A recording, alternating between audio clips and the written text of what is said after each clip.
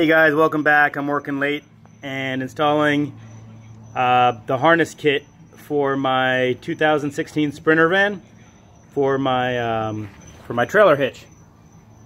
Wanted to show you, and this is the model I'm using.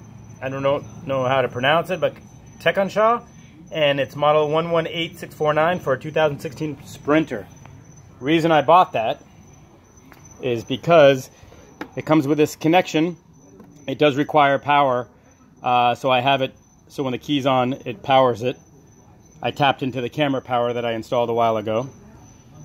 And it has this connector, so that you just connect this, and then this connects into the light. And I don't really need any splicing. I then ran the 4-prong connector down here, wedged it through, and I to get to the other side, it has this 2 wires here. I ran it all the way along, came out here, and again, it connects the same way. It has a T connector, so I don't have any splicing.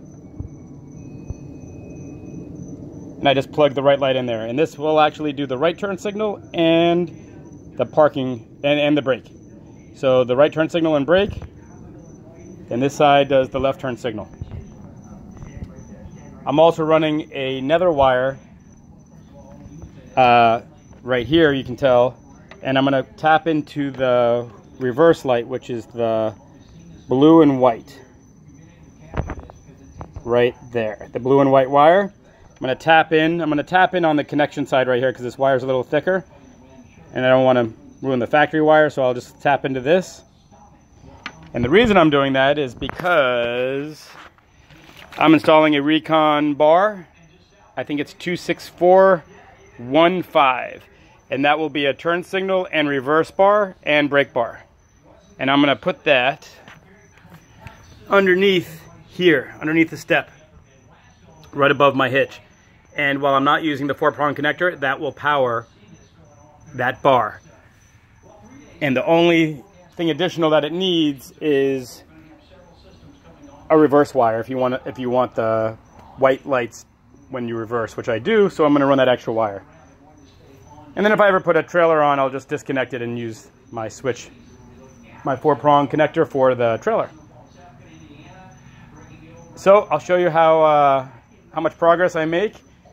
Again, I put the controller back in there, I already ran wire power to it, already plugged in the connector, already ran a wire for the reverse. I have to tap in. And then I just fed this. I undid these T30 bolts and ran it across. These are the T30 bolts right here.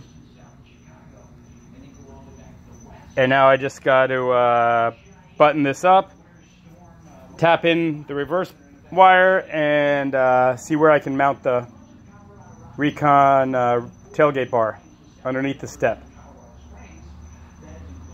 I'll give you some updates shortly. So I just wanted to add, when I was pulling this lining out, I was just using this tool and slowly getting this lip back out.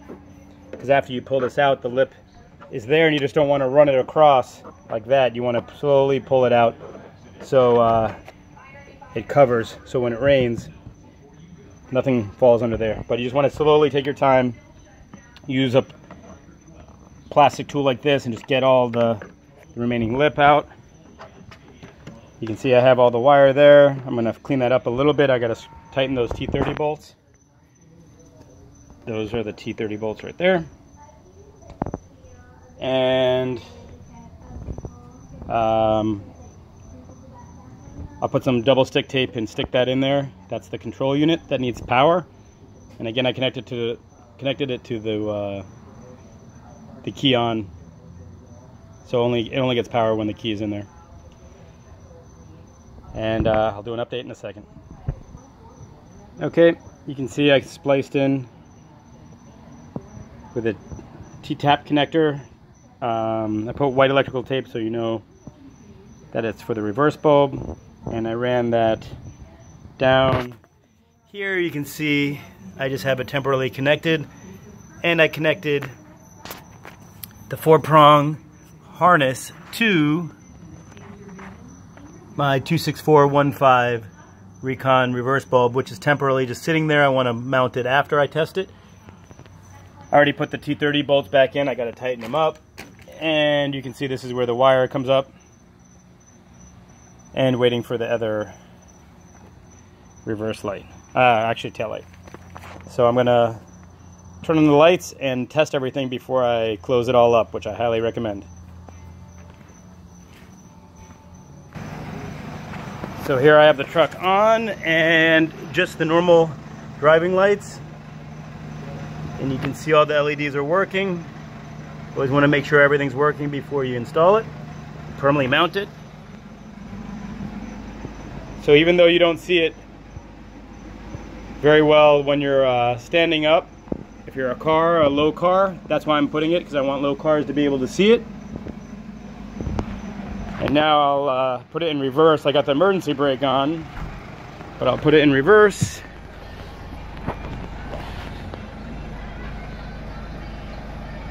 Make sure it doesn't go anywhere. Reverse, okay. And we'll see. Yep, so that's working too. That looks great. That's exactly what I wanted. And I'm close to the vehicle. If you're further away, you're going to see the brake lights or the reverse lights.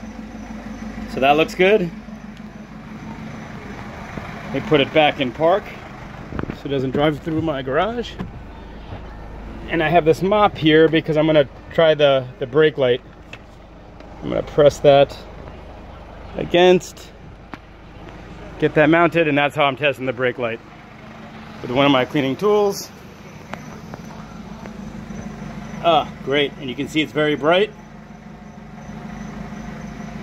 And I can try the turn signals, but I don't have the factory bulbs in there, so it might blink fast or not at all. So let me try that.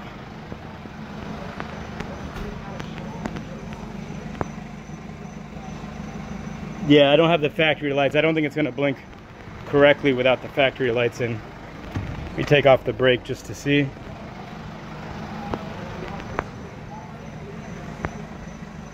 Yeah, it's just flickering. I got to put in the factory lights for it to blink. But that is the left side, so that's right. It's going to do a fast blink until I put the factory lights because it's LED. And that's why the warning light is also on. And you can see how fast the turn signal is blinking.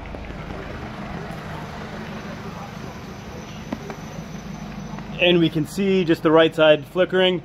When I put the taillights back in and it has the regular bulbs in there, the blinking will be normal. And let me turn off the lights.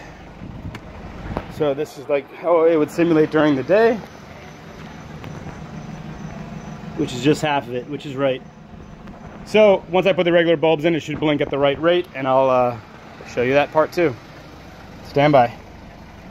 Okay, so this side's all buttoned up, and did a good connection here. You can't even see the wire going up. And here, I think that's the right spot for it. I don't know. I'll see. I might have to adjust that, but I did put tape to keep it from moving around. And I shoved everything in here, and now all I do is have to put the driver's side tail light.